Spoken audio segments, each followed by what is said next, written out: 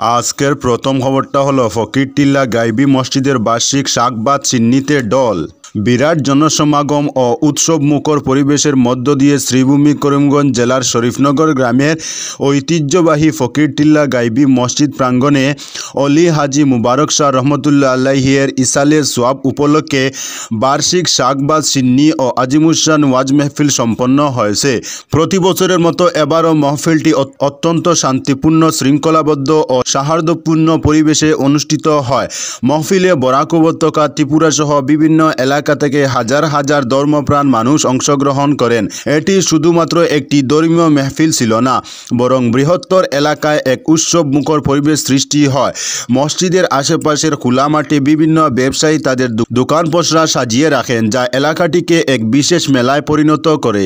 শুক্রবার সকাল 8টায় মসজিদ কমিটির কর্মকর্তারা পতাকা উত্তোলনের মাধ্যমে অনুষ্ঠানের সূচনা করেন। এরপর মসজিদ প্রাঙ্গণে খতমে কুরআন, খতমে খাজেগান, গজল, বয়ান ইত্যাদি অনুষ্ঠিত হয়। বেলা 1টায় অগণিত মানুষের উপস্থিতিতে গাইবি মসজিদের ইমাম ও খতিব হাফিজ কারি হাফিজুর রহমান জুমআর নামাজ পরিচালনা করেন। নামাজ শেষে মিলাদ শরীফ পাঠ করা হয় এবং দেশ, জাতি ও মানবতার কল্যাণ কামনায় বিশেষ মুনাজাত পরিচালনা করেন সৈয়দ মুফিদুল ইসলাম রেজবি।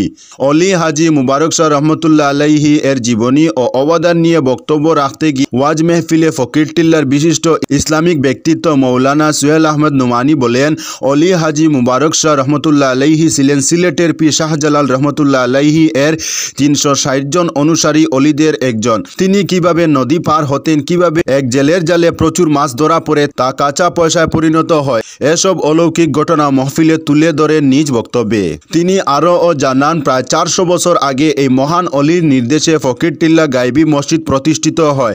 সেই থেকে প্রতি বছর মাঘ মাসের শেষ শুক্রবার এই বার্ষিক শাকবাদ সিন্নি ও মহফিল আয়োজন করা হয়ে আসছে। ওয়াজ মেহফিলের পর উপস্থিত হাজারো ধর্মপ্রাণ মুসল্লিদের মাঝে শাকবাদ সিন্নি বিতরণ করা হয়। মসজিদ কমিটির স্বেচ্ছাসেবকরা অত্যন্ত সুশৃঙ্খলভাবে সিন্নি বিতরণ করেন। আজকের পরবর্তী খবরটি হলো শ্রীভূমি করিমগঞ্জ জেলাতে পরিত্যক্ত 80টি প্রতিমার বিসর্জন দিল মহামায়া ক্লাব। শ্রীভূমি করিমগঞ্জ জেলার বিসর্জন ঘাটে দীর্ঘদিন ধরে পড়ে থাকা প্রায় 70 থেকে 80টি প্রতিমার বিসর্জন দিল মহামায়া ক্লাব। পূজা শেষ হওয়ার পর বিভিন্ন পূজা কমিটিকে বারবার অনুরোধ জানানো হলেও বিসর্জন দেওয়া হয়নি। ফলে কুশিয়ারা নদীর পারে এসব প্রতিমা জমে দীর্ঘ লাইন তৈরি হয়। শুক্রবার মহামায়া ক্লাবের সদস্যরা নিজেদের সরস্বতী প্রতিমা নিরঞ্জন করতে গিয়ে এ পরিস্থিতি লক্ষ্য করেন এবং উদ্যোগী হয়ে সেসব পরিত্যক্ত প্রতিমা বিসর্জন দেন। ক্লাবের সভাপতি অনুপ দাশগুপ্ত, সম্পাদক দেবজ্যোতি দাস, কোষাধ্যক্ষ শাশ্বত দাস সহ পার্থ দাস, রাজদীপ দাশগুপ্ত, নীলাঞ্জন দাস, বিশ্বদীপ দাস চৌধুরী এবং অন্যান্য সদস্যরা এ মহৎ কাজে অংশ নেন। স্থানীয় বাসিন্দারা মহামায়া ক্লাবের এই উদ্যোগকে সাধুবাদ জানিয়েছেন এবং ভবিষ্যতে পূজা কমিটিগুলোকে যথাযথভাবে বিসর্জনের দায়িত্ব নেওয়ার আহ্বান জানিয়েছেন। আজকের পরবর্তী খবরটি হলো নোয়াগাঁওয়ে উন্নয়নমূলক প্রকল্প নিয়ে পর্যালোচনা সভা অভিভাবক মন্ত্রী কৃষ্ণেন্দুর। নোয়াগাঁও জেলার অভিভাবক মন্ত্রী কৃষ্ণেন্দু পাল জেলার উন্নয়নমূলক প্রকল্প ও বিভিন্ন সরকারি কর্মসূচির অগ্রগতি পর্যালোচনা করতে এক উচ্চ পর্যায়ের বৈঠক করেন। জেলা কমিশনারের সম্মেলন কক্ষে অনুষ্ঠিত এই সভায় প্রশাসনের শীর্ষ কর্মকর্তাদের উপস্থিতিতে মন্ত্রী পাল নোয়াগাঁও জেলার বিভিন্ন গুরুত্বপূর্ণ প্রকল্পের অগ্রগতি পর্যালোচনা করে, যার মধ্যে উল্লেখযোগ্য হল গণপথ ও সড়ক বিভাগ, অরুণোদয় 3.0, CM AAA 2.0, মনরেগা মহোৎসব বিভাগ প্রকল্প, পশুপালন ও পশু চিকিৎসা বিভাগ প্রকল্প, রেশন কার্ড বিতরণ, জল জীবন মিশন, স্বাস্থ্য খাতের উন্নয়নে সরকারি পরিষেবা প্রদানকে আরও দক্ষ ও জনবান্ধব করার উপর গুরুত্ব আরোপ করেন মন্ত্রী। পর্যালোচনা সভায় নাগরিকদের কাছে সরকারি পরিষেবার কার্যকর সরবরাহ নিশ্চিত করার জন্য বিভাগীয় কর্মকর্তাদের নির্দেশনা দেন। একই সঙ্গে সংশ্লিষ্ট দফতরগুলিকে দ্রুত এবং স্বচ্ছতার সঙ্গে প্রকল্প বাস্তবায়নের নির্দেশ দেওয়া হয়েছে। এই পর্যালোচনা সভা নাগরিকদের কল্যাণে সরকারি উদ্যোগগুলোর সফল বাস্তবায়ন নিশ্চিত করতে গুরুত্বপূর্ণ ভূমিকা রাখবে বলে আশা ব্যক্ত করেন নোয়াগাঁও জেলার অভিভাবক মন্ত্রী কৃষ্ণেন্দু পাল। আজকের পরবর্তী খবরটি হলো ভগতপুরের টিপারের ধাক্কায় আহত কিশোর, আটক যুবক সহ চালক। শিলচর বগতপুর বৈজন্তীপুর জিপি কার্যালয়ের সামনে ভয়ঙ্কর পথ দুর্ঘটনা সংঘটিত হয়। দুর্ঘটনায় গুরুতরভাবে আহত হয় 12 বছরের কিশোর। ঘটনাকে ঘিরে বগতপুর এলাকায় উত্তপ্ত পরিস্থিতি সৃষ্টি হয়।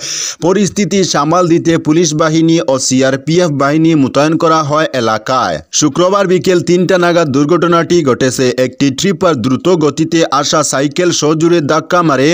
সঙ্গে সঙ্গে সাইকেলে থাকা 12 বছরের কিরণ সিনহা রাস্তার পাশে ছিটকে পড়ে যায়। ঘটনার পর স্থানীয়রা খবর দেন ন্যাশনাল হাইওয়ে পেট্রোল পোস্টে। খবর পেয়ে ইনচার্জ দলবল নিয়ে ঘটনাস্থলে উপস্থিত হয়ে স্থানীয়দের সহযোগিতায় আহত কিরণকে শিলচর মেডিকেল কলেজ ও হাসপাতালে পাঠান। এদিকে ঘটনার জেরে উত্তেজিত লোকেরা রাস্তায় অবরোধ গড়ে তুলে টিপারে ভাঙচুর চালানোর পাশাপাশি চালককে মারধর করেন। অবরোধ চলাকালীন উৎপাত চালানোর অভিযোগে পুলিশ আটক করেছে বৃন্দাবন সিনহা নামে এক যুবককে। খবর পেয়ে ঘটনাস্থলে উপস্থিত হন সদর থানার ওসি। আজকের পরবর্তী খবরটি হলো শিলচর থেকে নিখোঁজ কাটলিছড়ার অসুস্থ ব্যক্তি। কাটলিছড়ার স্বপনপুর থেকে শিলচর হেলথ কেয়ারে চিকিৎসা করাতে এসে নিখোঁজ হলেন 86 বছরের এক বৃদ্ধ। নিখোঁজ উপেশচন্দ্র গোস্বামী ছেলে উৎফল গোস্বামীর সঙ্গে শিলচর হেলথ কেয়ারে শুক্রবার ডাক্তার দেখাতে আসেন। দুপুর 2টা থেকে উপেশচন্দ্র গোস্বামীকে খুঁজে আর পাওয়া যায়নি। অনেক খোঁজাখুঁজি করে উৎফল গোস্বামী অসুস্থ বাবার কোনো সন্ধান পাননি বলে জানান। যদি কোনো ব্যক্তি উপেশচন্দ্র গোস্বামীর সন্ধান পান তবে 9435379324 অথবা 8812062248 মোবাইল নম্বরে যোগাযোগ করার জন্য তিনি বিনম্র অনুরোধ রেখেছেন। উনার পরনে সাদা কাপড়ের ধুতি ও পাঞ্জাবির সঙ্গে সাদা রঙের মাফলার রয়েছে। আজকের পরবর্তী খবরটি হলো নরসিংপুরে মাদক সহ আটক একজন।